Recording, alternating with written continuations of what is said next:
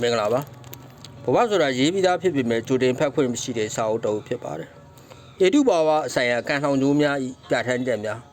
လူသားတယောက်ကဘာမြေလောကကိုစတင်ရောက်ရှိလာတဲ့အချိန်လေးကသူ့မှာအတိတ်ကံများဤပြဋ္ဌာန်းချက်များနဲ့ဘဝဆိုင်ရာနော်ကံဆောင်ကျိုးများပါရှိလျက်ရှိနေပါတယ်အဲ့တော့ဒီမှာအရှိမမြင်နေရတဲ့လက္ခဏာရှင်ရဲ့ကံဆောင်ကျိုးများဆိုင်ရာကံကြမ္မာပြဋ္ဌာန်းချက်များဘာဒီလက္ခဏာဘာသာစကားရေးသားထားသလဲဆိုတာမိတ်ဆွေနဲ့အတူကျွန်တော်တို့အတူတူဖတ်ကြည့်မယ်ပေါ့ဒါတော့အသက်လမ်းလို့ခေါ်တဲ့ဘဝလမ်းဖြစ်ပါတယ်ထေရှားပြတ်သားရှည်လျက်အားကောင်းတယ်ကျမ်းမာအသက်ရှည်မယ်ဘဝမှာပေါ့တည်ငြိမ်အေးချမ်းတဲ့ဘဝတစ်ခုရရှိမယ်အခြေခံအားဖြင့်ပြဋ္ဌာန်းနေတယ်ပေါ့အင်္ဂါကြိုးကုန်ကံကြမ္မာခံတဲ့ရှုပ်ဆက်ခတ်ပြီးတော့ဒီမှာဥပ္ပမြင်နေဖြတ်နေတယ်ဘဝလမ်းကြီးမဖြောင်းဘူးပြဿနာတွေရှိနေတယ်ကံကြမ္မာပိုင်းဆိုင်ရာနေမာမှုတွေကြမယ်ဆိုတော့ပြနေတယ်အင်္ဂါကြိုးကုန်မှာအဖြတ်မြင်နေရှုပ်နေတယ်အသက်ဘဝလမ်းကိုထိနေတယ်ပေါ့နော်ဉာဏ်လမ်းတော့ကောင်းတယ်ထင်ရှားပြတ်သားတဲ့ဉာဏ်ပညာထက်မြက်တယ်ဉာဏ်လန်းနဲ့အသက်လန်းဝင်းနေတဲ့အတွက်လက္ခဏာရှင်ရာကိုယ်ပိုင်တွေးခေါ်ရှိရလွတ်လပ်မှုကိုဉာဏ်တို့ရတယ်စိတ်နေမြင့်မားတယ်ပေါ့နော်တခါတည်းကောင်းပါတယ်နှလုံးသားလန်းကောင်းတယ်ပေါ့ရှင်ပြတာနှလုံးသွေးစီစဉ်မှုဆိုင်ရာကျမ်းမာရေးကောင်းပါမယ်စိတ်ကောင်းနှလုံးကောင်းရှိတယ်ပေါ့အိမ်တော်ရေးလန်းအနေငယ်ပုံစံအားနဲ့ချက်ရှိနေတယ်ဟောထိုးဖောက်ပဲရှင်ပြတာအိမ်တော်ရေးမှာပြဿနာရှိနေတယ်ဒီအဓိကပြောချင်တာကတော့ကံလန်းလို့ခေါ်တဲ့ငွေလန်းဒီလန်းကိုထီယိုးလို့လည်းခေါ်ကြတယ်ကံလန်းလို့ခေါ်တယ်ငွေလန်းလို့လည်းခေါ်တယ်ပေါ့နော်ပါဠိလိုကတော့သေရိလေခါလို့ခေါ်တယ်ပေါ့နော်နာမည်တွေကတော့အရေးမကြီးပါဘူးနာမည်တွေကပြည့်ညက်တွေဖြစ်ပါတယ်သူရဲ့ပရမတ်သဘောဖြစ်တဲ့သဘောသဘာဝသူရဲ့စွမ်းအားများဒါတွေကအရေးကြီးတယ်ပေါ့ကံလန်းလို့ခေါ်တဲ့ငွေလန်းစီလက္ခဏာရှင်အောင်မြင်ခြင်းနဲ့ဒနာဥစ္စာကြွယ်ဝချမ်းသာခြင်းများငွေကြေးကံကောင်းခြင်းများအလုံးစုံသောခံကောင်းခြင်းများကိုပေးတဲ့အတွက်ကံလန်းလို့ခေါ်တာပို့ပြီးတော့တင့်တော်ပဲပေါ့နော်နာမည်ဟုတ်ပါပြီအဲ့တော့ကံလန်းလို့ခေါ်တဲ့ငွေလန်းစီငယ်စဉ်ကာလကနေဒီကိုစပြီးတော့တက်လာတဲ့တဖြည်းဖြည်းပေါ့တက်လက်ပိုင်းကာလမှာကံလန်းစီလျှက်တဲ့ပြအားကုန်သွားတယ်အားကုန်သွားတော့ဘယ်လိုအားကုန်သွားလဲဆိုလို့ရှိရင်ကျွန်တော်တို့ဆိုင်ငယ်ကားတွေမောင်းတဲ့အခါမှာလမ်းမှာစီကုန်တဲ့အခါမှာထိုးရသွားတယ်ပေါ့နော်ကံကုန်သွားတယ်ပေါ့ကံလန်းစီ35ပတ်ဝန်းကျင်မှာကံကုန်သွားတယ်ကံကုန်သွားတဲ့ကာလမှာလက္ခဏာရှင်ရဲ့ပိုင်ဆိုင်ခဲ့ရတဲ့ပိုင်ဆိုင်ရရှိသိမ်းဆည်းထားတဲ့ပစ္စည်းဥစ္စာများလုပ်ငန်းများပိုင်ဆိုင်မှုများနဲ့သူအလုပ်ဘဝပေါ့နော်အရာရာပေါ့ကံကောင်းခြင်းများအလုံးစုံဒီနေရာမှာအဆုံးသတ်သွားမယ်ဆိုတော့ပေါ်ပြတယ်လက္ခဏာရှင်ဘဝဆိုင်ရာကံကောင်းခြင်းများအားလုံးဒီနေရာမှာအဆုံးသတ်သွားမယ်ပေါ့ကံကုန်သွားတယ်ပေါ့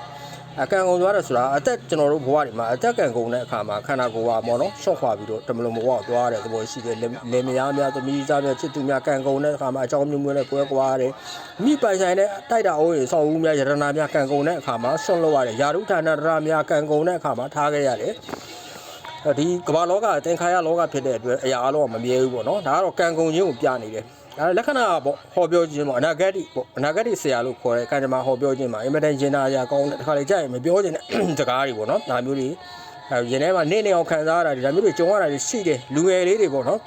်သူတို့ရဲ့မျောလင်းချက်တွေသူတို့ရဲ့တောက်ပါတဲ့နေရက်တွေအတွက်မျောလင်းပြီးတော့လုံနေတယ်ဒါပေမဲ့သူတို့ကန်စားတာကိုအင်မတန်ရင်းနှီးတဲ့ကလေးတွေဖြစ်နေပြီးတော့မေးနေကြတယ်ပေါ့နော်အဲ့ဒါမျိုးသူတို့ကန်စားတာကိုမေးတဲ့အချိန်မှာကိုကမျက်စိနဲ့တဲမြင်နေရတယ်သူတို့တွေကမရတော့ဘူးကံကုန်နေပြီရှေ့မှာသူတို့ပျော်ရွှင်နေမှုလေးတွေဒီမတိတဲ့စိတ်ကူးရင်မျောမှန်းမှုတွေဒါတွေကမကြခင်မှာပေါ့နော်ပြိုပြက်ပြီးတော့အကုန်လုံးလဲပြိုပြီးတော့သွားတော့မယ်ဆိုတော့ကိုကမျက်စိနဲ့မြင်နေရတယ်ဒါပေမဲ့ဒါတွေကိုစကားလုံးတွေဖြစ်ပြောဖို့ကြတော့ခွန်အားမရှိဘူးပေါ့နော်အတက်နိုင်ဆုံးတော့အရာရာဂရုစိုက်ဖို့ရှေ့မှာအဆင်မပြေနိုင်တဲ့အခက်အခဲတွေဖြစ်လာမယ်ဒီလောက်ပဲပေါ့နော်ဒီရဲ့ကြော်ပြီးတော့ပြောဖို့အင်အားမရှိဘူးဘာကြောင့်လဲဆိုတော့ကြောက်တဲ့နှစ်ခါသေးရတယ်ပေါ့သူတို့ဒီလိုပြောလိုက်တဲ့အချိန်ဒီပြဿနာတွေမရောက်လာခင်မှာပဲသူတို့ကပို့ပြီးတော့ပေါ့နော်ဒီစိတ်ပိုင်းရုပ်ပိုင်းဆိုင်ရာဟိုတောကားတွေမပြောရှင်မငြိမ်းချမ်းတာတွေပေါ့နော်ဒါတွေဖြစ်သွားလိမ့်မယ်ဒီအတွက်ကြောင့်မလို့ဒီယာမျိုးပြောတဲ့အခါမှာတော်တော်လေးသတိထားရတယ်ထိန်းသိမ်းပြောရတယ်စိတ်မကောင်းခြင်းများစွာလည်းဖြစ်ရတယ်ကံကုန်နေတဲ့လမ်းတွေရှိတယ်ပေါ့နော်ဘလို့မှလုပ်လို့မရတော့ဘူးသူတို့ဘဝဟာကြီးမားသောကံကြမ္မာအကောင်းများကုံဆုံးသွားတဲ့အတွက်ဘဝဆိုင်ရာအရေးကြီးတဲ့အပြောင်းအလဲတွေဖြစ်ရမယ်ဟောဒါတွေကိုပေါ်ပြနေတယ်နောက်တစ်ခုပေါ့နော်ဒီလက္ခဏာရှင်ကိ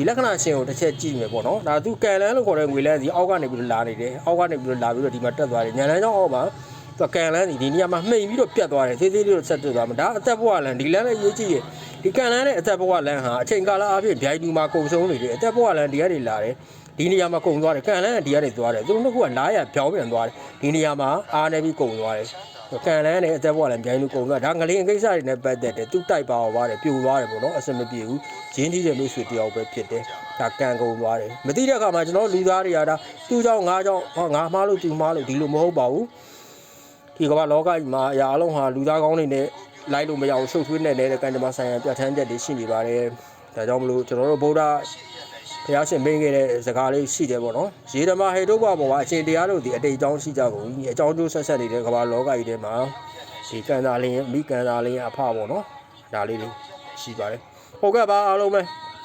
ဗီဒီယိုဖိုင်အရမ်းရှည်သွားမှာဆိုလို့ပေါ့နော်ကျွန်တော်မိတ်ဆွေများမျိုးများဘေးဥပန်တွေဝေးကွာလူရဆန္ဒပြေဝနှလုံးစိတ်ပဲအေးချမ်းကြပါစေဗျာဒီမီလေးလောပါပြမှာရှိတဲ့လက္ခဏာလမ်းများနဲ့ပတ်သက်ပြီးသိကျင်တာရှိပါကဖုန်းပိုင်ပါ39ခု9လေး4တင်က5တက်ကိုပေးဖို့ပြီးမေးလို့ရပါတယ်ကျွန်တော်ဆရာမိုးတော်ပါအားလုံးပဲချမ်းမြေ့ကြပါစေဗျာ